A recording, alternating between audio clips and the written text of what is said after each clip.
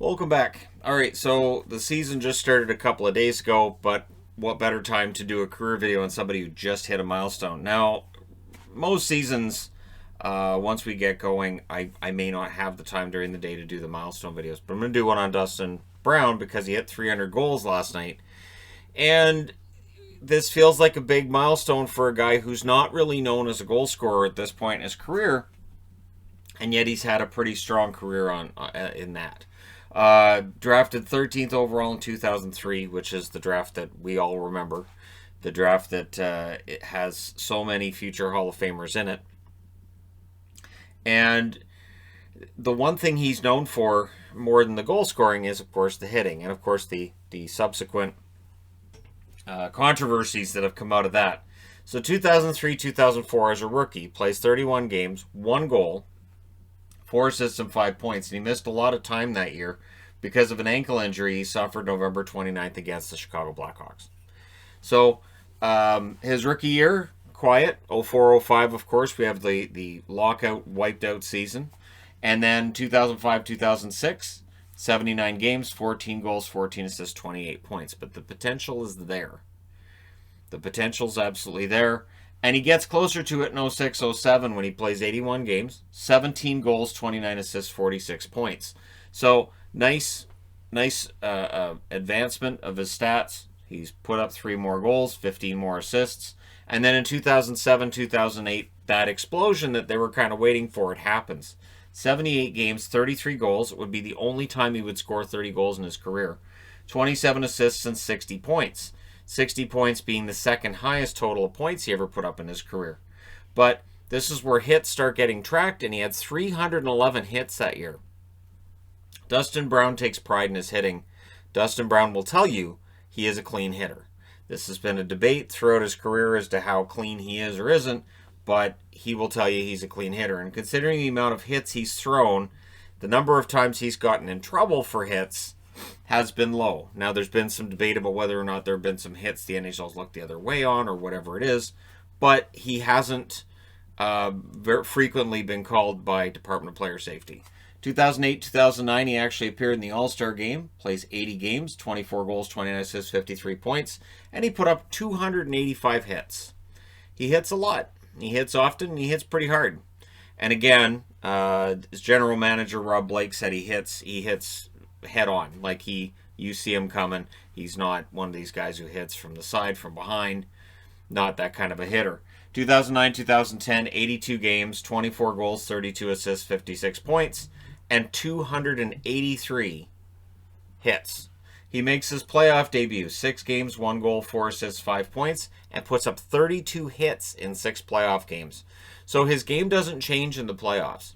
He is still hitting, and hitting a lot. 2010-2011, 82 games, 28 goals, 29 assists, 57 points, 300 hits. The impressive thing, too, is that he has this heavy hitting game, and yet he doesn't miss very much, if any, in terms of games with injury. 6 games played in the playoffs, 1 goal, 1 assist, 2 points, 34 hits that year, so 2 more hits than he had the year before. 2011-2012, and this is the miracle year for the Kings, 82 games, 22 goals, 32 assists, 54 points, 291 hits. But the rest of the National Hockey League fandom finds out what LA King fans already knew in the playoffs, which is he's pretty good. They play 20 games. He plays the 20, 8 goals, 12 assists, 20 points, 93 hits in 20 playoff games, and a Stanley Cup ring. Now, it is true, Jonathan Quick, I still think that was the best year that any goaltender had in a playoff run. Jonathan Quick was out of his mind, fantastic that year. But Dustin Brown was also one of the MVPs of that team. Played very, very well. And again, that was, for any fans who maybe didn't really know how effective he could be, you watch that Stanley Cup run and you realize this is exactly the kind of power forward you want to win a championship. 2012-2013, lockout shortened season, 46 games, 18 goals, 11 assists, 29 points, 156 hits. In the playoffs, 18 games played, 3 goals, 1 assist, 4 points, 78 hits. So the offense drops off precipitously, but the hitting is still there. He is still hitting a bunch.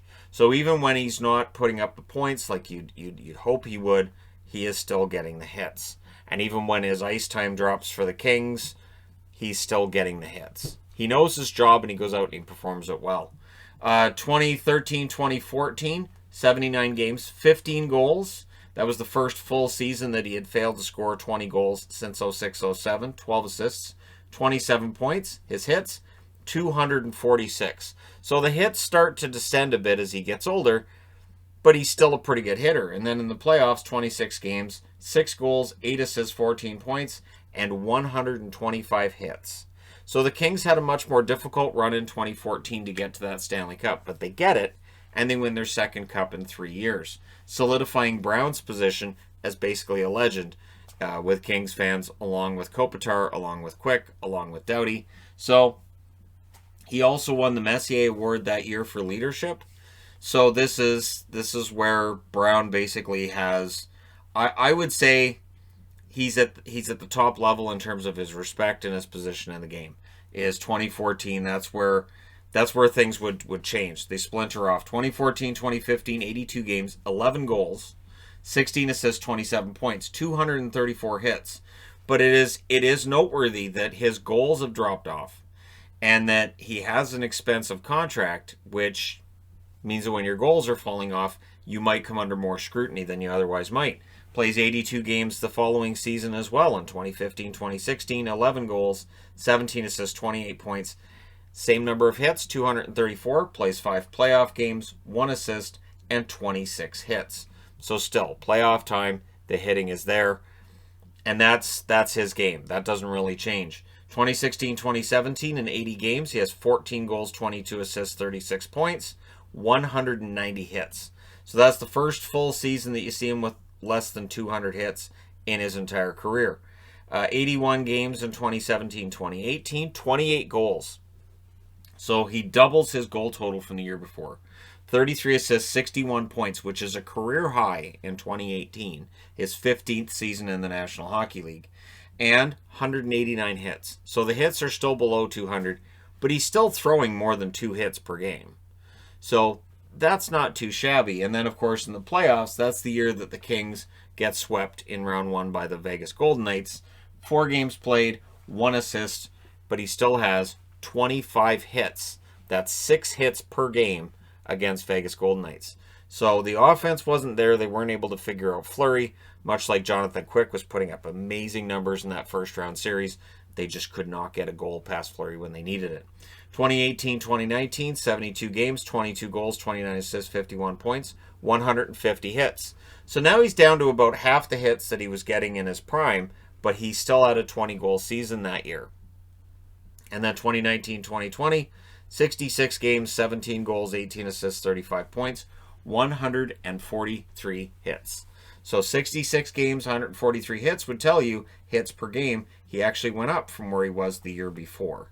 And he had a good chance to finish with 20 goals again. He's been a King his entire career. He made his season debut last night, gets a goal. So 1 game, 1 goal, and that's the only shot he had in the game, meaning his shooting percentage is currently 100%.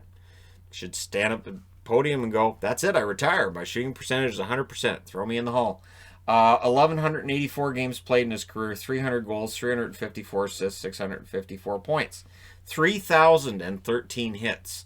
And that's only tracking them since 2007-2008. You have to think it'd be close to 3,500 plus if we'd been tracking right from his rookie season. And what's interesting is, with all those hits, there's always been the complaints that some of them crossed the line. April 24th, 2013, after a lot of discussion about how many hits he'd thrown that might have been questionable, he's finally suspended. And I say finally because he had been in the league a long time at this stage. He gets 2 games for an elbow to the head on wild forward Jason Pominville. And he argued before that and even after that, I'm a clean player. I'm a clean player. And it comes down to he's one of those players that rides the line. He knows where the line is and he doesn't cross it. Scott Stevens made a career of doing that. I know what's allowed and what isn't. I will do what's allowed. February 11th of 2018, he was suspended as well. 1 game for kneeing on Tampa Bay's defenseman Mikhail Sergachev. And there was a lot of complaints then that it should have been more. Now, the interesting thing was this came weeks after January 20th of that year, where he was fined $10,000 for a cross-check on Justin Schultz of the Penguins. And what made people mad then was that Cogliano had been suspended and his Ironman streak had been ended by a suspension when he was considered to be a very clean player. And Brown gets $10,000 for a cross-check where people had expected a suspension. So there has been criticism over the years of whether or not he gets preferential treatment from Department of Player Safety, but 3,000 hits in his career, 2 times he's been suspended, that's not too bad. When you see a guy who hits this often, you're going to have times where they cross the line. It's going to happen, but it's a matter of making sure that it's not very often. So 2 suspensions over his entire career, not too shabby. He has 85 playoff games to his credit as well. 19 goals, 28 assists, 47 points, 413 hits, proving that he amps up the hitting when it comes to playoff time.